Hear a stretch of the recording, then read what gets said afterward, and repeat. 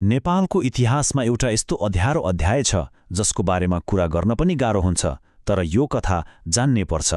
यो कथा हो सती प्रथाको अन्त्यको, जुन एउटा क्रूर परम्पराको अन्त्य मात्रै थिएन, यो त सामाजिक चेतना र मानव अधिकारको जितको कथा थियो। आजको चर्चामा हामी 5वटा मुख्य कुराहरूमा केन्द्रित हुनेछौँ। पहिले त सती प्रथा आखिर थियो तरी के, अनि यस्तो प्रथा चल्नुका कारणहरू के थिए। त्यसपछि हामी हेर्नेछौँ सन् 1920 को साल किन यति महत्त्वपूर्ण भयो, प्रतिबन्ध लागेपछि समाजमा के परिवर्तन आयो, र अन्त्यमा यो इतिहासले आज हामीलाई के सिकाउँछ। ल सुरु गरौँ पहिलो खण्डबाट, सती प्रथाको परिचय। यो शब्द सुन्दा कस्तो डरलाग्दो चित्र दिमागमा आउँछ होइन? आउनुहोस्, यो अमानवीय प्रथा वास्तवमा के थियो त्यसको जरासम्मै पुगेर हेरौँ। सोझो भाषामा भन्दा सती प्रथा भनेको श्रीमानको मृत्युपछि उनकी श्रीमतीलाई त्यही चितामा जिउँदै जलाउने चलन थियो।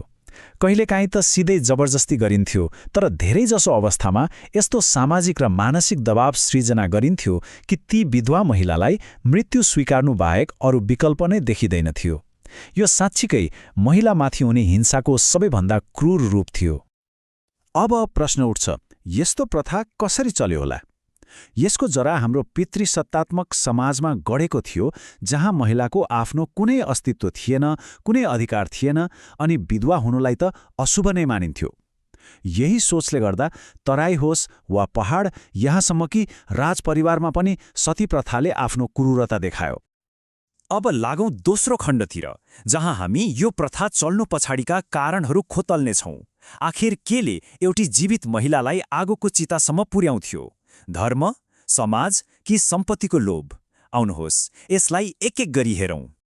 यसको एउटा प्रमुख कारण थियो धर्मको गलत व्याख्या। समाजमा यस्तो भ्रम फैलाइएको थियो कि सती गएपछि सिधै स्वर्ग पुगिन्छ, मोक्ष मिल्छ र देवी बनेर पुजिन्छ। धर्मको नाममा यो अमानवीय कामलाई पनि पवित्र देखाउने कस्तो भयानक प्रयास। अनि अर्को थियो समाजको असह्य दबाव। श्रीमान गुमाएर शोकमा डुबेकी महिलालाई समुदाय, पण्डित अनि कहिलेकाहीँ त आफ्नै परिवारका सदस्यहरूले सती जान उक्साउँथे, दबाब दिन्थे।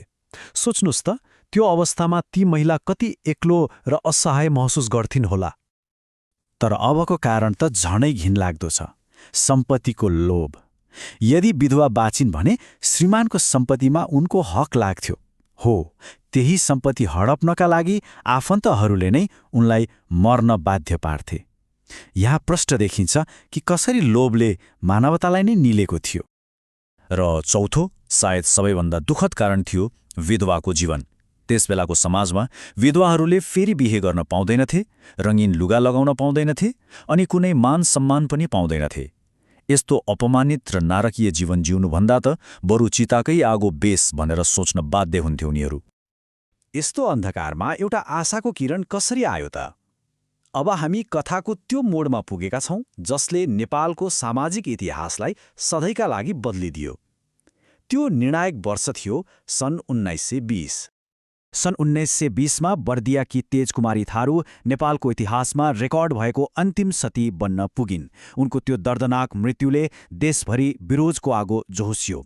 त्यही जनदबाव र चेतनाको लहरले गर्दा तत्कालीन प्रधानमन्त्री चन्द्र शमशेरले त्यही वर्ष सती प्रथालाई गैरकानुनी घोषणा गर्न बाध्य भए।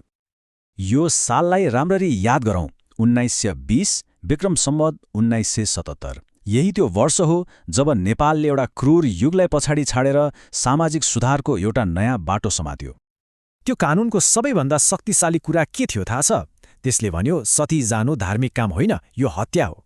यो एउटा वाक्यले सती प्रथालाई परम्पराको खोलबाट निकालेर सिधै अपराधको कठघरामा उभ्याइदियो। यो सोचमा आएको एउटा क्रान्ति नै थियो।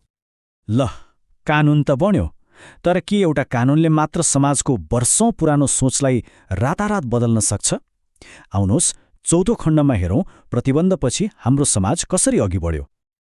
कानुनले चिताको आगो त निभायो, तर मान्छेको दिमागमा रहेको अन्धविश्वासको आगो निभाउन धेरै समय लाग्यो। विधवालाई अशुभ ठान्ने, उनीहरूमाथि भेदभाव गर्ने चलन वर्षौंसम्म कायमै रह्यो। यसले के देखाउँछ भने वास्तविक सामाजिक परिवर्तन भनेको एउटा लामो र निरन्तरको यात्रा रहेछ। तर आज 1 शताब्दीभन्दा बढी समयपछि अवस्था कस्तो छ त? त्यति बेला पुनर्विवाह सोच्न पनि सकिँदैन थियो। आज यो कानुनी अधिकार हो। महिलाका अधिकारहरू कानूनले सुरक्षित गरेका छन् र समाज पनि धेरै हदसम्म आधुनिक भएको छ।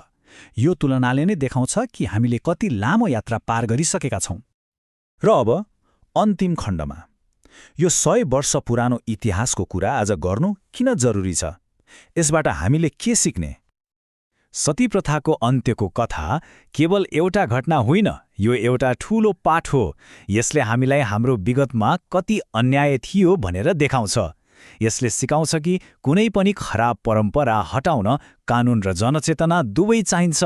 र सबैभन्दा महत्त्वपूर्ण कुरा, यसले हामीलाई समानता र मानव अधिकारको मूल्य कति ठूलो छ भनेर बारम्बार याद दिलाउँछ।